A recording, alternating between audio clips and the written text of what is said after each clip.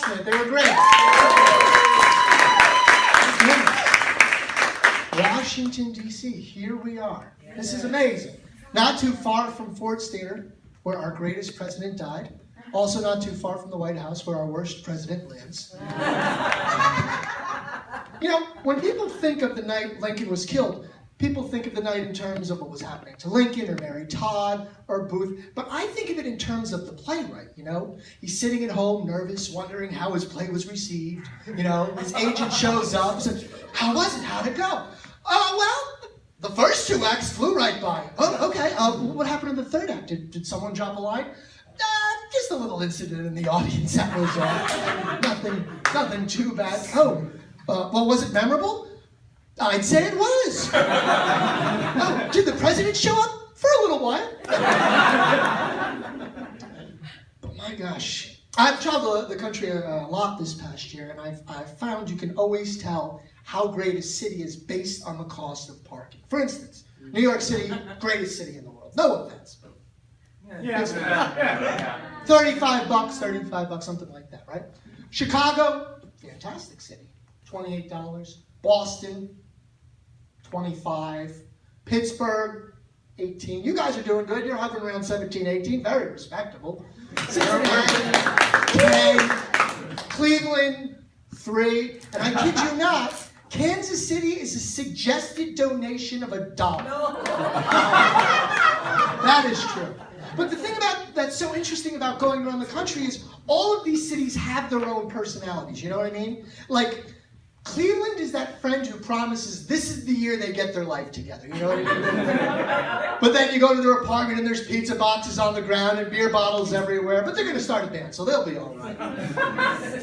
St. Louis is like that friend you had as a kid who had that one cool toy and won't shut up about it. You know what I mean? Like, great, you have an arch, that's wonderful. Call me when the murder rate drops below 50%.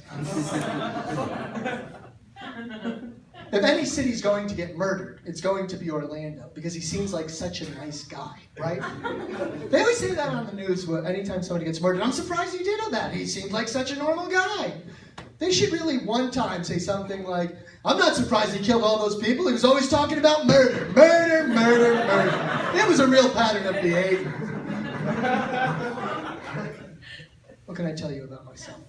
I'm not a gamer. My friends get mad at me. I tried to play this game called Grand Theft Auto. I was awful. Very bad. I was yielding to pedestrians. I sideswiped an opponent, felt guilty about it, exchanged insurance information. I convinced the hooker there was a better life for her. Then my friends were happy I went into the gun shop, but when they found out I was only applying for a job, they were furious. I'm a pizza guy. I love pizza. Do not love Domino's, but I'm sorry, their commercials are the best. Now, I don't know if you're aware of this. They had a campaign about 2 or 3 years ago, and you can check it out on YouTube, where they essentially apologized for their product. So the commercial was essentially this. The pizza's out there like, look, we've made some errors. Look at this. Look how the cheese sticks to the box. I wouldn't give this to my dog. This is an embarrassment. We feel terrible about this. I mean, I don't know what's going on here, but we're going to make it right. And that was the whole campaign. We're going to change. We're going to be more respectable. And I always thought it would be funny if they did a follow-up commercial like a year later. Like, well, we saw there was a problem. We did some work. And I'll be a son of a sea cook. We cannot put 2 and 2 together here. I mean, it seems easy enough. Dough, sauce, cheese, but we are really struggling.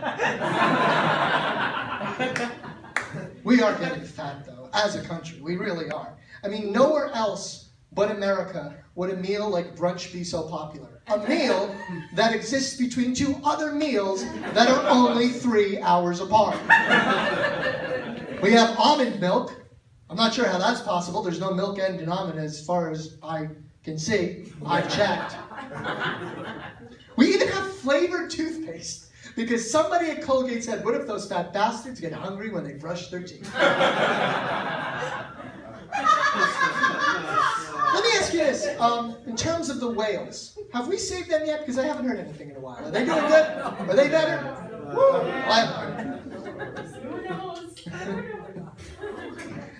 I'm a movie guy. I love the movies. I enjoy watching movies that I watched as a kid. You ever do that? You ever watch a movie as an adult that you loved as a kid? Like, I watched the movie Home Alone for the first time in years.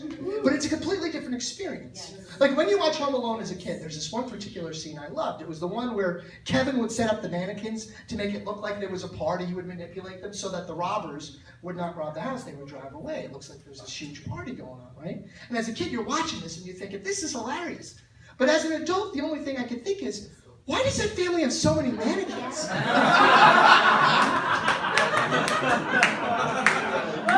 I feel like they were the dads, right? And if there was just one more scene, it would be the dad going, who moved my mannequins? I had them arranged a certain way. Another weird scene in that movie. I don't know if you remember this. So the family's in Paris. They're worried about their kid who's in Chicago. So they call the Chicago Police Department. It's a 30-second scene. It's a cop. He goes up to the door, disgusted that he has to look for a missing child, by the way. Knocks on the door. He's not here, and walks away. We've exhausted all options with this one. I knocked. He didn't answer. You saw it. Day's over. Another fun scene in that movie is during the whole movie, Kevin is afraid of the neighbor, the old man, the scary old man. But at the end, he finds the scary old man isn't so scary, but he is weird because the old man sits next to Kevin in the church and starts talking to Kevin about his estranged relationship with his son, to an 8-year-old. This is the most I've ever said to an 8-year-old. You ready? Hi, hey, look at you. That's all. That is all I've ever said to an 8-year-old. Ever. I like mafia movies. I wish they would focus more on the organized crime aspect, the administrative aspect, you know what I mean? Like, I'd like to see a mafioso sitting behind his desk going, where is the file on the Pelasco murder? Why'd I even buy the labor maker? Come on, people, organized crime. Label maker. I am Italian, and I was in Los Angeles. I've been living in Los Angeles, and an older woman asked me, knowing I was Italian, if I knew any of the 5 families. So what I found funny about this is not only did she think I knew about organized crime, but I knew multiple crime syndicates. I had a standing relationship with more than one of the 5 families. Remember the movie The Santa Claus? Here's what's strange about this movie. I don't know how it flew by. There's a scene in The Santa Claus where Santa Claus dies. I want to know how this got by Warner Brothers. What was this pitch with the guy going, all right, so here's what happens. You know, Tim Allen's with his son, and they're eating cookies, and it's Christmas Eve, and they hear something on the roof, and they go outside, and it's Santa Claus, and he trips off the roof, and he breaks his neck, and he dies. And then Tim Allen, wait, I'm sorry, go back a second. What happens? Yeah, no, Santa Claus dies. It's a minor plot point. And then Tim Allen takes it. This is what happened. We all saw it, and we're like, well, I guess. All right. They made a movie last year about Bernie Madoff. I don't know if you know this. They made a movie about Bernie Madoff. And Bernie Madoff's actual reaction was he didn't like how he came off. What was he expecting? Was he sitting in his jail cell going, wow, I was hoping they didn't bring up the Ponzi scheme. I was hoping they'd go right by that. But okay, they made their choice. What do you think? They were going to focus on the charitable, fun-loving Bernie? We also had a lot of weird TV growing up. You guys, did you grow up with Saved by the Bell? I don't know the age. Yeah. You grew up with Saved by the Bell. Okay, here's the thing with Saved by the Bell. During many of the episodes, Zach Morris would stop time, wax nostalgic about whatever was going on, and then time in. And I'd be sitting at home going, wait a minute, I'm sorry. Forget about the sock hop for a second. We have a character who can control the fabric of the space-time continuum, and we're going to focus on the Zack Slater-Kelly love triangle. Is that what's going on here? He can stop time. You're telling the wrong story. No one cares about Screech's late homework assignment. We had the Jetsons. Jetsons were weird because in the Jetsons, the role of the woman was either idiot, homemaker, spendthrift, or maid. So evidently, Hanna-Barbera could conceive of a sky society robot butlers, airplanes that fit inside of a suitcase, but a woman in the workplace was still another century away. It's true. Weirdest commercial that we had growing up was Apple Jacks cereal. Now, if you remember, Apple Jacks' cereal, whole thing was, it doesn't taste like apples. Like, that was their selling point. As if they were getting this weird marketing research, stay as far away from apples as possible. Do you think somebody was in that boardroom going, you know, we could just change the name? No, that'll never work. And at the end of all the commercials, it would end the same way. They would ask the kids, why do you like this stuff? And then the kids would go, we just do. What kind of lazy marketing is that? Were they all just sitting in the boardroom, all right, it's 4 to 5, it's Friday, why do they like it? Why do they like it? Thompson, what do you think? I don't know. They just do.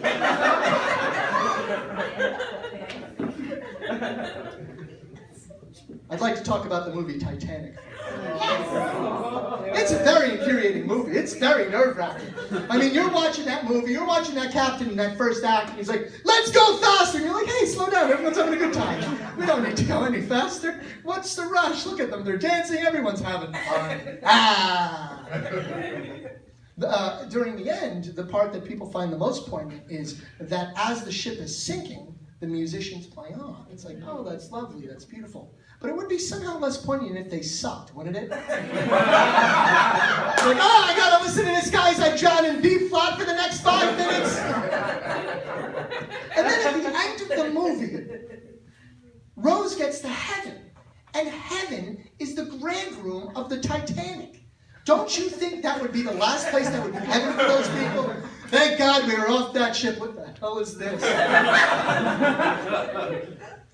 I bring up the movie Titanic to tell you a story. I moved to Los Angeles the first time when I was 21. And I moved in with a roommate, ill-advised off of Craigslist, named Mark. Mark was 40. He was from Indiana and he was 6 feet tall. And when I moved in, the night before, he called me up and said, I just want to know if you have any knives or guns because I know you're Italian. I was like, all right. This should be interesting. The next day I walked in with props because I do sketch comedy. One of the props I had was a prop sword. Let me emphasize, it was a prop. It was purple. It had a skeleton on it. He asked me if it was real and I was holding it by what would have been the blade. Now, not too long after I moved in, he freaked out on me because I used Mr. Clean product on the wood floors. And he went nuts. I guess you're not supposed to use Mr. Clean. I don't know. I came home. Everyone knows this. Of course you don't use Mr. Clean. He had every right to go nuts. I come home that night, and in my bed is 10 bottles of Mr. Clean. And it says, if you like Mr. Clean so much, here, all underlined. I'm like, this is terrifying. I don't know what it means, but I know enough that it's terrifying. This man was crazy. On another occasion, it was about 5:30 or 6 in the morning, and he burst into my room. I was in a deep sleep, and he screamed, did you use my mustard? And this is how you know that humans have a survival instinct, because out of that dead sleep, I woke up and said, no, I didn't use it. Did I use the mustard? Probably. I guess I did. I don't know. But you just answered no on that occasion all the time. So one day, I'm eating breakfast, and he sat across from me, and he said, maybe the strangest thing any human being has ever said to me. He said, I wrote the movie Titanic.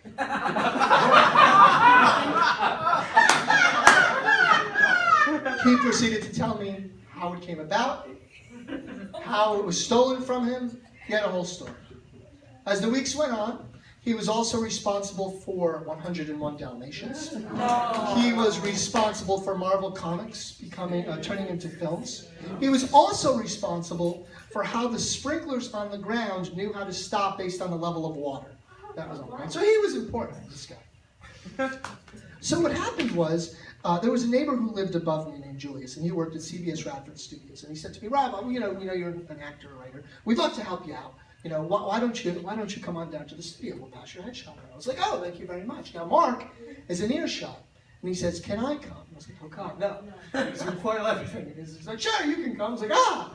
So we arrive on the lot in Mark's mode of transportation, a camper with Florida license plates, which I don't know why, but it somehow makes it worse. It was one of those moments in life that I still look back on and say, did this happen? It's one of those things that's so surreal, it feels like it's made up. Because I walked into Julius's office, and on the wall of his office, on one side is a poster of Titanic, and on the other side is a poster of Spider-Man. I'm like, oh God, this guy is going to walk into his office any minute and claim responsibility for everything hanging on his wall. And that's exactly what happened.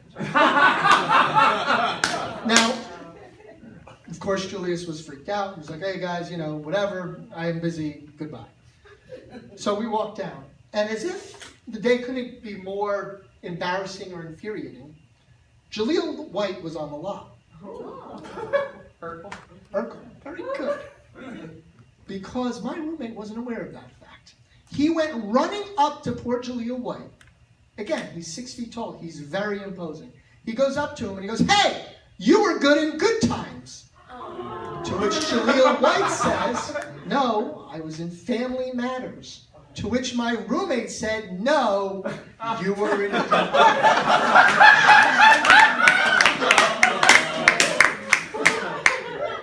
Now, the thing that finally tipped the scale for me to get the hell out of there was, in fact, a scale. He threw a scale at my hand.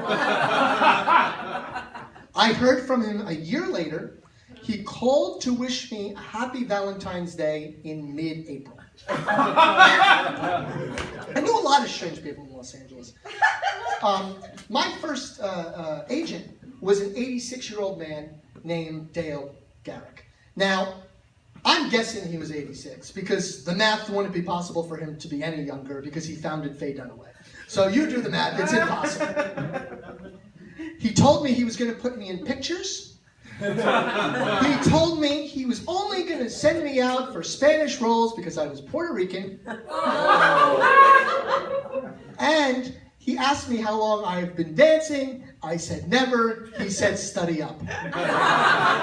And then proceeded only to send me on dancing auditions, which I went to at 21 years old thinking maybe I'll figure it out. Now, my best friend in Los Angeles was even older than Dale. My best friend's name, incidentally, was Stan Hudson. He was 95 years old, and he came to Los Angeles in the 30s from Alabama. He absolutely loved Los Angeles. And how I met him was, we'd always go to this place called the Donut Prince. And he sat across from me, and one day he's putting honey in his tea, and I just commented. I said, that is a lot of honey. And he looked at me square in the eye and goes, you're right, that is a lot of honey. No more. And every time he'd walk into the place, he'd say, that's the guy who got me off honey. And I just became this guy's best friend. He'd ask me to take him places, to drive him all over the place, and I liked the guy, so, I didn't mind. So one day he said, will you take me to my lawyers? Which is funny, because why does a 95-year-old have to go to a lawyer? But he did. And he had a case against the city of Burbank because there was a crack in the sidewalk, and who was responsible, him or the town, and all these lawyers are going back and forth, and it's going on for about 10-15 minutes before one of the lawyers said, excuse me, Mr. Hudson, who is that man sitting next to you? And Stan said, that's the man who got me off honey. And it was the greatest thing that happened to me in the city of Los Angeles ever. Now, I'd like to tell you I haven't had any crazy roommates since then, but that would be a complete lie. My last roommate that I just left, also in Los Angeles, her name was Fiona. She was 50. She was an astrologer, and she was not very good. She came from Australia when she was 17 years old and says things like, and I quote, it's really hard to tell which stars are which. All the planets are always moving about and the stars are in the way, so nobody really knows. I recognize that is not the best Australian accent, but you're going to have to get used to it for the next 2 minutes. Now, she has a dog named Humphrey who she's in love with. Well, He watches her bathe. He eats dinner off of her bed. And he spoons her at night. And I know this because she told me. But the weird thing about Fiona is she talks to Humphrey less like a dog and more like a boyfriend she should have broken up with 6 months ago. Like, it's always like, Humphrey, sometimes I feel like you're not looking at me, you're looking through me. That kind of thing. He'll be sitting on the couch watching a movie and she'll be cutting onions, like really angry, like, oh, he's really taken with that Sandra Bullock. Aren't you, Humphrey? You think she's really something. Well, you know what? If I was in her, I would have just jumped off that bus. She thinks she's pretty smart, doesn't she? I'll hear him digging at night. She'll always be like, Humphrey, what are you digging? What are you trying to get out of? And why are you watching the last 10 minutes of Shawshank Redemption on a loop? What's wrong with you? The worst job I ever had in Los Angeles when I first arrived years ago was I worked at Bob's Big Boy. And the issue I had, many issues, but the one that stands out is they made me sing happy birthday to the people who came. And I have a standing rule. I don't sing happy birthday to strangers, grown adults. I just won't do it. It's a thing. It is. So normally no one had a problem with it. They'd be like, it's my birthday, they'd be like, good for you, I'll get you a cake, and then we'll end it. And they'd be like, that's fine, because I'm an adult, and I don't care. But on this one occasion, this man who was about mid-30s said, well, I come in here every birthday, and usually they sing to me. And I said, what I usually do, I'll give you a brownie fudge sundae, and that'll be the end of it. He goes, well, I'd really like if you sang. So I go back, and my manager's like, well, he'd really like if you sang to him. I said, well, tell him no. So she told him no. And he said, well, what if he sang with the other waiters? This way he doesn't feel self-conscious. So she comes back and he's like, all right, she has this idea. You don't have to do it alone, but you can sing it with the other waiters. I say, no deal. However, I'll stand there politely as they sing. So she goes back there and it's like, all right, he won't sing, but I'll stand politely. He goes, okay, he can stand politely, doesn't have to sing, but at the end, he has to clap. So she goes back to me and says, all right, you don't have to sing, you got to stand politely, but you also have to clap. That seemed reasonable. So, I joined the other waiters and waitresses. They sang, and I don't know, for whatever reason at the end, I didn't feel like clapping. It was a huge thing, as you can imagine. And he's like, what is this guy's issue? Why is he above everything? Why can't he just clap? And I was furious, because it was like 3 in the morning, and I didn't move to Los Angeles to work at Bob's Big Boy. So I took his brownie fudge sundae and was like, you don't get this thing. Took it and I threw it in the basement. Just so angry. So now I get called into my, manager's office. And at the moment, I think I'm in the right. You have to understand this, okay? Yes, did you take a customer's food away from the customer? And it's like, yeah! But this is a restaurant. Yeah. You're gonna have to leave. After my shift, please just leave. And that was how I got fired from Bob's Big Boy. So I'm going to need a volunteer for this next part because, well, no, it has to be a lady because I'm looking for love. And I need to conduct a survey because I have a method to how to find love. So I was hoping that someone would be kind enough to volunteer to see if we are an ideal match. You just take a very brief survey. It's a lot of fun. There's going to be tons of laughs and good times. So who wants to be the volunteer? You'll do it. Come on!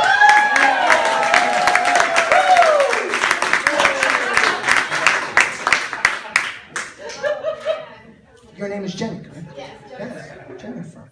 How are you, Jennifer? I'm doing fine. All right. So, as you know, love is very hard. Yeah, it's hard.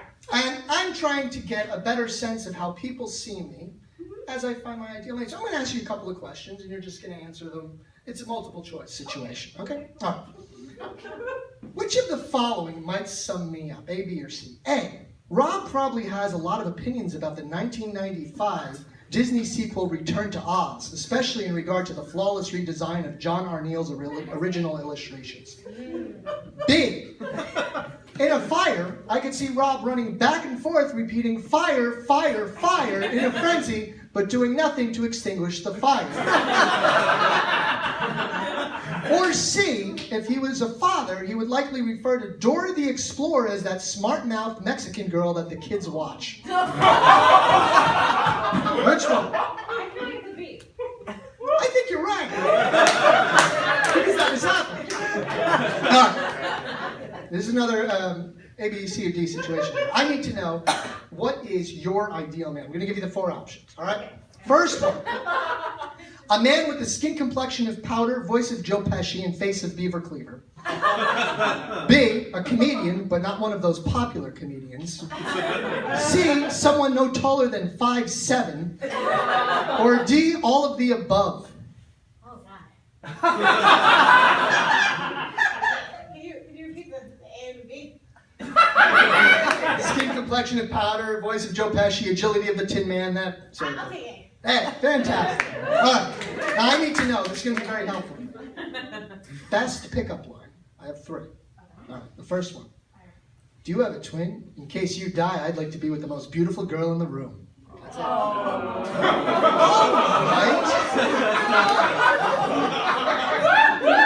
B, I just broke 100 friends on Twitter. Can I buy you a drink? Or C, hey, I'm extremely bored and you don't seem altogether unpleasant. Can I join you? C.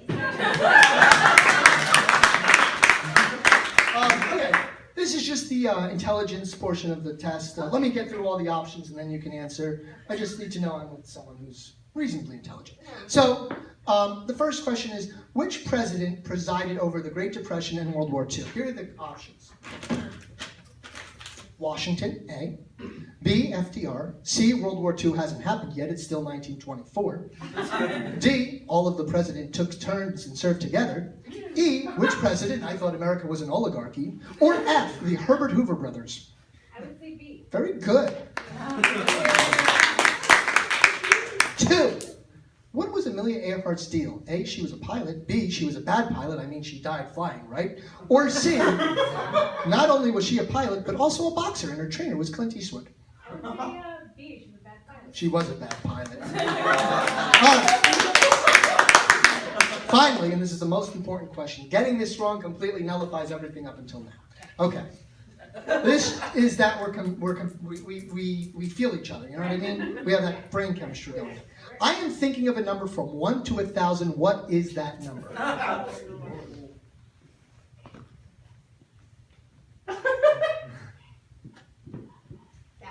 Ooh, 704 is what we were looking for. Thank you, Andy. Oh my goodness, she's wonderful. Give her another round of applause. All right. So, yeah, it is trouble, finding the right relationship. Have anyone here ever gone on a speed date? Yeah. It's weird, right? Like, I don't want that story when I have kids. Like, what am I going to say? I'll never forget the day I met your mother. I asked her what kind of coffee she was drinking. She said mocha. The buzzer sounded. It was magic. What they need is speed breaking up. Like, Sheila, talk too much, think too little, hey, your friend's gotta go.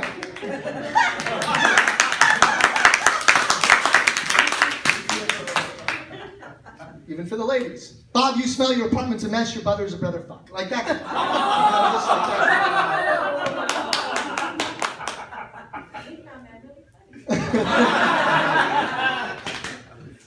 I met a girl at a party recently. I saw her across the room, and I was completely taken with this girl. I mean, I envisioned my life with her. You know what I mean? She just had an air about her, a whimsy. And I envisioned us dating and getting along. I like Chaplin. She likes Keaton. It's kind of our little thing. And we'd go on these long dates, and it would be really nice. And one day I would propose to her in a very simple fashion, near the water, and we'd have a wonderful wedding. The stakes would be a little overdone, and I don't like to harp on things like this. I know it's not big in the whole scheme of things, but if you're paying for a wedding, the stakes should be cooked right. That's all I'm saying. That's all I'm saying. Otherwise, wedding is great. Wedding is fantastic. We have 3 kids. Third one's kind of a pill. We love him, but the third one, God, if we don't try with him. My goodness. And as the years go on, like it happens sometimes, we grow apart. And it's inevitable. I'm working and I get cold and distant, and then she resents me and she cheats on me. And it's devastating. We get a divorce. And we both remarry. She marries this guy, Glenn. I'm not saying this because it's her new husband, but he is a real tool. I mean, he's always wearing brown, he's always going on about his bike shop, and it's like, fine, you like bikes? Okay, you like bikes, but not everybody likes bikes, okay? Glenn? So anyway, we go to our children's weddings with our respective spouses, and we watch all of our children get married, and eventually, like you would assume, both of our marriages fizzle out. And one day, years later, we meet at a coffee shop, and we sit across from one another, and I spill a little coffee on myself, and how we laugh. And we get back together. One day, we go boating, and the boat capsizes. And it sinks, and we drown, but we die in each other's arms, knowing that we both found love twice and with the same person. So now I'm at the party.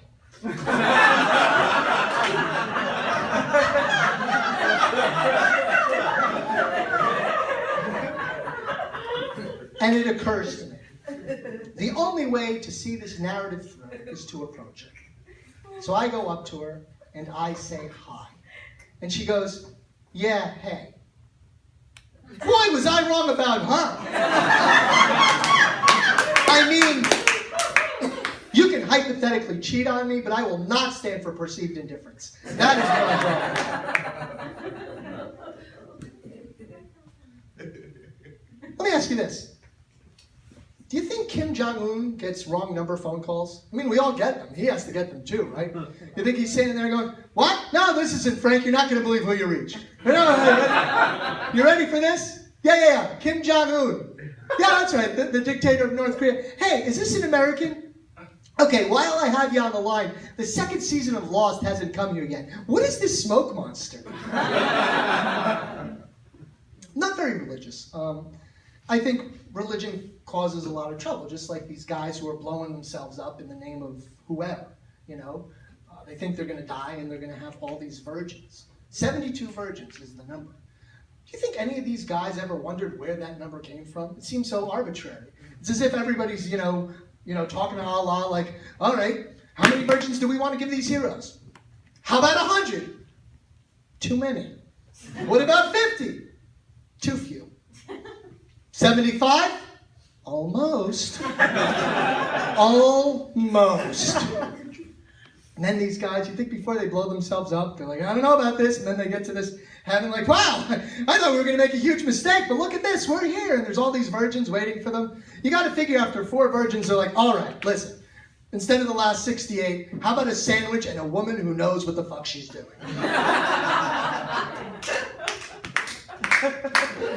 All right. Speaking of a terrorist, let's talk about Trump for just a minute. How is he not dead yet? Everybody wants this man dead. How is he still alive? The FBI has to have something like, all right, does he trip on a trash can, fall into a dishwasher? What happens? I want to see him choke on a pancake because that would be the most Trump death possible. I want to see the man choke on a pancake more than I want to find true love and happiness. And it can't be a regular pancake. It has to be a McDonald's pancake because that somehow makes it much worse. The thing with Trump is a lot like a discarded Cosmo Kramer storyline. Right? They're very similar. They both have weird hair. They both dress weird. They all spout all sorts of nonsense. Tell me you can't picture Kramer going, Jerry, steaks. I'm going to sell Omaha steaks. We're gonna build a wall, Jerry. We're going to build a wall. Who's going to pay for your wall? Mexico's going to pay for it. It's a Kramer story, though. I can see Kramer going in there like, oh, Jerry, we're in a lot of trouble. I called the dictator of North Korea Little Rocket Man, and now he's going to nuke us all. Kramer. Oh. All right. Before I go, I want to share my autobiography with you. This is something I've been working on for a while, and it's going to be a little tricky. I don't have a mic stand, but we will try our best. So, I haven't found a publisher yet, but I would like to get a sense of what you guys think. So if you'll indulge me for a moment. All right. It's called Rob Asero, I Think I'm Having a Heart Attack. I stood on stage on a Friday night in Washington, D.C., performing to a generous audience who knew comedy. I had just performed my clipboard bit and, as usual, had taken my own breath away. Now I was doing an abstract piece about a book I had written. Their initial reception was lukewarm at best. Just as I shifted my body awkwardly, I noticed a shooting pain in my left arm. I winced, but played on. I continued to maintain a professional reading tone.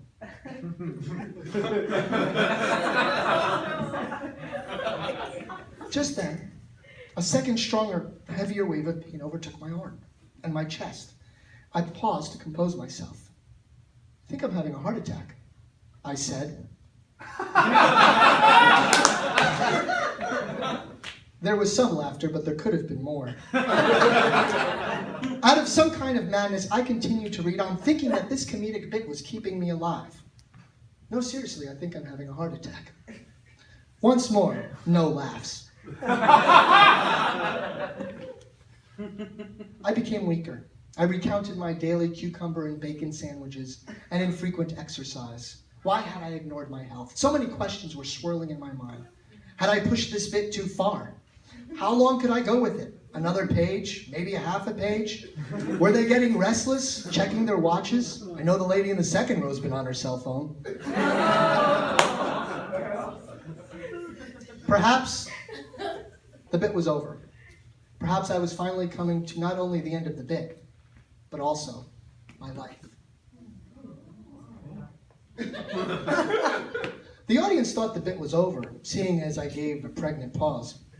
But instead I learned they were done with me. So I closed my book, grabbed my clipboard and note card with cheat words on it, and awkwardly walked off stage. There was some applause. As I turned the corner backstage, I bumped into a ladder. Seems as though someone left it in the middle of the floor. The tech looked around uncomfortably, wondering if he should play this off or just how long this might go. Hold tight, buddy. We've got 5 more minutes. Thank you, everybody. Have a great night.